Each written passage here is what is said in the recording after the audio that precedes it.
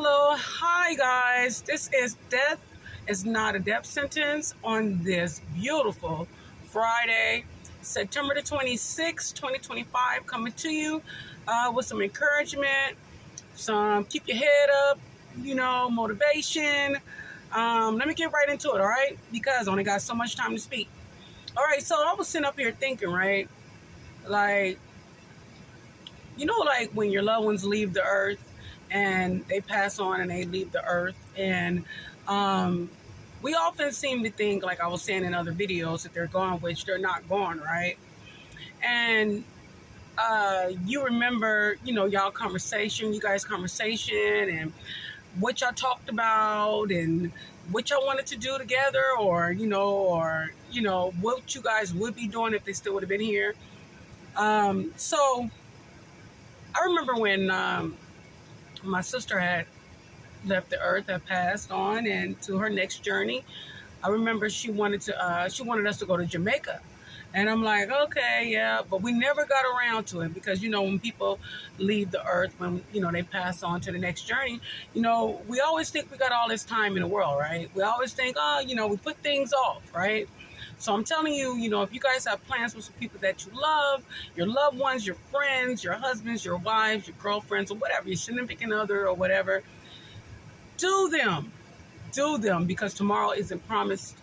We don't know when we're leaving, to the next journey, and going to heaven, and going to be with Jesus. And so, if you guys, people always say, "Hey, listen, I want to save all my money, and I'm gonna have all of this. I'm gonna have all this money for retirement, or I got all this money for retirement," and they leave. So I have all this money in the bank, worked 40 years, and they die. So they couldn't even enjoy it. They had it, but they were being frugal and they were thinking about their future. I'm not saying, hey, listen, don't think of rainy days and don't save. That is not what I'm saying. But live, you know, live your life, So me and my sister, we never got a chance to go to Jamaica together.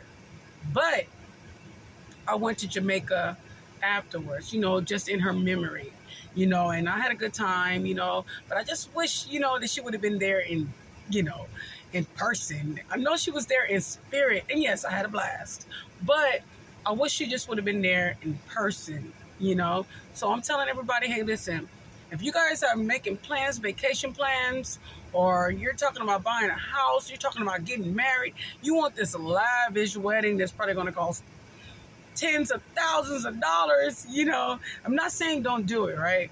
But what I'm saying is speed it up a little bit, and just take a chance. Life is about chances and learning and being happy, and because when we're gone, we're gone. You'll have a bank account full of money. You'll have, or maybe you're the kind of person to put your money underneath the mattress. I don't know. But you'll have all this money, you'll have all these things, and you never got the chance to live. So live. And also, too, we always say, hey, listen, well, I was not really there when that person was here. I wasn't in a good space. I wasn't where I needed to be mentally or financially or school-wise, education-wise. Maybe you needed to get your high school diploma or college degree, or maybe you wanted to start that business that you've been talking about for years, or maybe you want to, you were fighting some type of addiction or something, and you're like, you promise your loved one, hey, listen, I'm going to get better. I'm going to do better. I'm going to do all these things. I promise you, I am. So, and then now they're gone off the earth, and you're like, oh my gosh, they never got the chance to see my dedication. They never got this chance to see me in my field that I'm in, that I have my master's or my high school diploma or my college degree or whatever, your accomplishments, right? They never got the chance, or I'm off drugs, or I'm not an alcoholic anymore, They never got the chance to see that, right? But actually, they really do. They see everything you're doing. You know, they know that, you worked on yourself. They know that you're not an alcoholic anymore. They know you're not a drug addict. They know you went back to school. They know you got your PhD, your PhD, your certificate, or whatever you're going to, your nursing. They know all of this already, right? So, and if you have not done it, right, then that'd be some type of form of therapy where you could say, you know what? I told my loved one I was going to do this and I was going to do that. And you know what? I'm going to do that because I'm going to dedicate this to them. So not only it gives you the motivation, but it gives you the drive. And because it comes from your heart, it comes from you really wanting to do it. You see what I'm saying? Because of your loved one. So yeah, you definitely have to take charge and really understand the logics of you can do it no matter what. You can do it.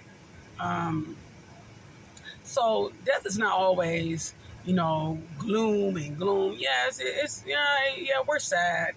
We're sad, we mourn and things like that. But, also too, sometimes death can bring healing. Have you ever noticed, like, when somebody passed and everything, all the family just get together? Everybody get together. You haven't seen these people in years, and everybody just get together. And then sometimes you wonder, like, goodness gracious, why we always can't be why we can't be like this all the time? Why does it always have to be a death? And when all the family get together and we all love each other and we all want to be united and be there for one another, why we can't be like this all the time, right? So sometimes I think, people need to come together, just like people die, people come together, family come together. We're supposed to come together even when we're in the living, So I really think that we all need to come together, not just from death, but, through good times. And the family unit is just so messed up right now. It's a lot of people. I'm not going to say everybody family, but it's a lot of families that, grandma ain't here no more, grandpa ain't here no more, maybe the aunties. And, it's so, the fathers are gone, the mom is gone. It's just so much. The family has really deteriorated over the last 15, 20 years. And it's unfortunate because I can remember growing up and I had all my aunties and everybody was around, my uncles and everybody. And it's just not like that anymore. And it's just not not just my family. It's a lot of people family I've seen and heard about. And it's very much heartbreaking. So, sometimes you have to be that leader and have to try to put everybody back together. You got some stubborn people in the family and be like, oh no, she did this to me 20 years ago. She did this to me 5 years ago, 10 years ago. You know what? It's all about forgiving. Forgiving is a big part because all of us is going to go one day. And to be honest with you, I don't want to be feuding with someone that's my loved one and then they leave the earth. And because they say it's too late when they leave, right? So why not just apologize and just do what you need to do before they leave? But anyways, I'm hoping I'm talking to somebody. I'm hoping somebody step up in that family and get people back together again. Get family back together again. Anyway, leave me a comment. Follow me. I'll follow you back. And I'm going to wrap this up. Everybody have a God bless day. I'm praying for everyone. God bless you guys. Goodbye. I'll see you the next time. Bye.